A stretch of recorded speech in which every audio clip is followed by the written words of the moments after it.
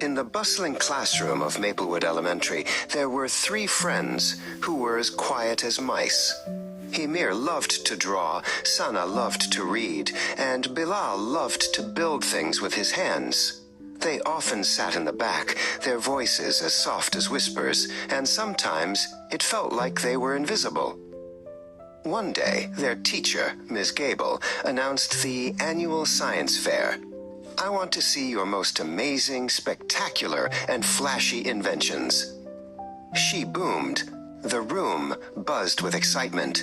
But Amir, Sana, and Bilal just looked at each other quietly. That afternoon, under the big oak tree in the schoolyard, they decided to team up. "A flashy project isn't us," said Sana softly. "What if we made something useful?" Amir nodded, remembering the Save Water posters in the hallway.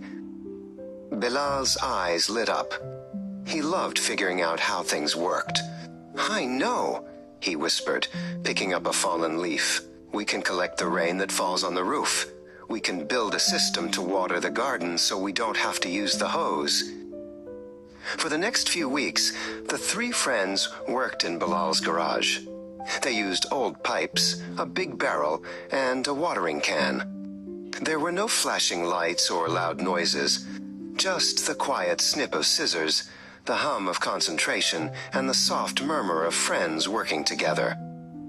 Amir drew the plans, making sure every piece fit perfectly. Sana researched the best way to filter the water, and Bilal, the builder, put it all together with careful hands. Their project wasn't flashy, but it was clever. The science fair was a loud, bright, buzzing place. There was a candy-making machine that sputtered sugar everywhere, and a robot that kept tripping over its own feet. Everyone crowded around the noisy projects. At the end of a long table sat their quiet project, a model of the school with tiny gutters leading rainwater into a small barrel. A little sign read, "Save water, one drop at a time." At first, nobody seemed to notice it, but then the principal, Mr. Harris, stopped by. He looked past the glitter and the noise and studied their model carefully.